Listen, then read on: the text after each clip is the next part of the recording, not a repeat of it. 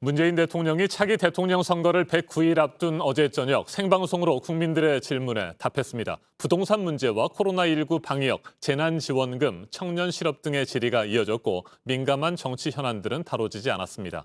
여야의 평가는 크게 엇갈렸습니다. 더불어민주당은 이재명 대선 후보 선거대책위원회 쇄신에 박차를 가하고 있습니다. 어제 열린 긴급 의원총회에서 이 후보에게 쇄신에 대한 모든 권한을 주기로 했습니다.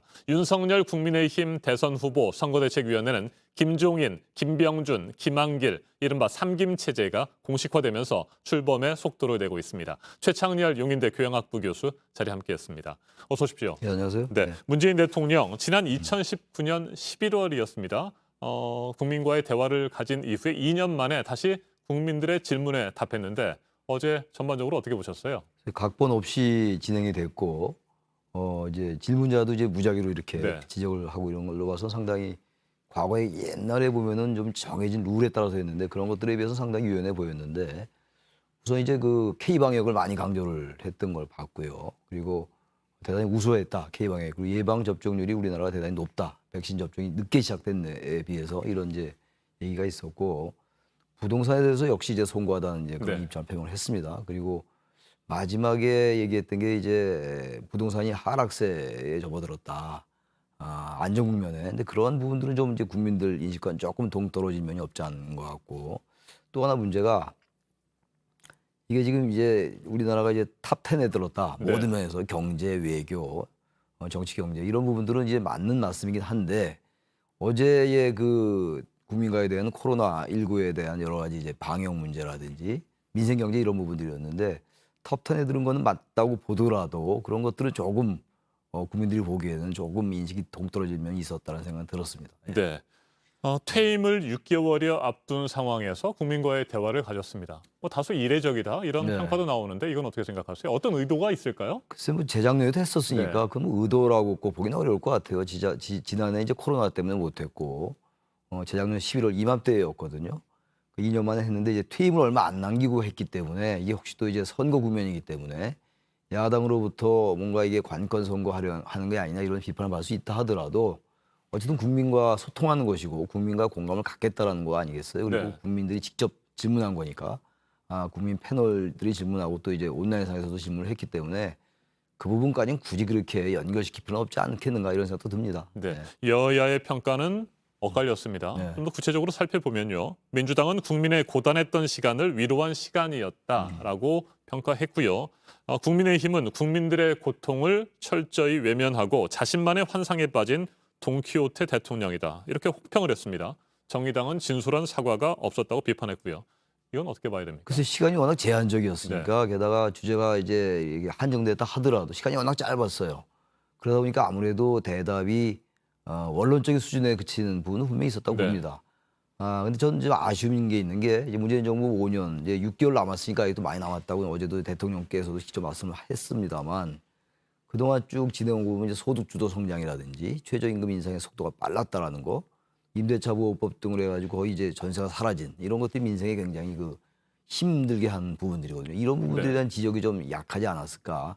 그러다 보니까 정의당에서조차도 그런 박한 평가가 나왔다는 생각이 드는데 그래서 국민을 이렇게 위로했다는 그런 느낌은 들지 못했어요. 시간도 짧았습니다만. 그래서 아무튼 보다 좀 그런 진솔한 되돌아보기라든지 성찰 이런 건 좀 아쉬웠다는 생각이 듭니다. 네. 민주당과 국민의힘의 선거대책위원회 상황을 좀 살펴보도록 하겠습니다. 민주당 선대위 쇄신 작업에 속도를 내고 있습니다. 어제 의원 긴급 총회가 열렸고요. 이재명 후보에게 선대위 쇄신 권한을 모두 넘기기로 결정했고 백의종군 하겠다라는 얘기까지 나왔는데 쇄신 가능성 어떻게 보십니까? 쇄신을 해야 되겠죠. 지금 이재명 후보가 선출된 지가 벌써 한 달이 넘었는데 네. 지난달 10일이었단 말이에요. 10월 10일이었는데 여전히 지지율은 이제 박스권에 갇혀 있고 또 하나 문제가 이제 문재인 대통령의 지지율을 다 흡수하지 못하고 있는 상황이에요. 지금 이재명 후보가 이러다 보니까 이제 상당한 이제 위기의식을 느끼는 거죠. 그러니까 이례적으로 휴일날에도 이제 긴급 의원총회를 했던 건데 일단 민주당의 색깔을 좀 빼겠다라는 느낌인 것 같아요. 이재명의 민주당을 만들겠다는 거 아닙니까? 민주당의 이재명이 아니라 이재명의 민주당이다. 네. 그러니까 이제 민주당의 색깔을 좀 빼고 자신의 색깔을 강화하겠다 이런 의미거든요.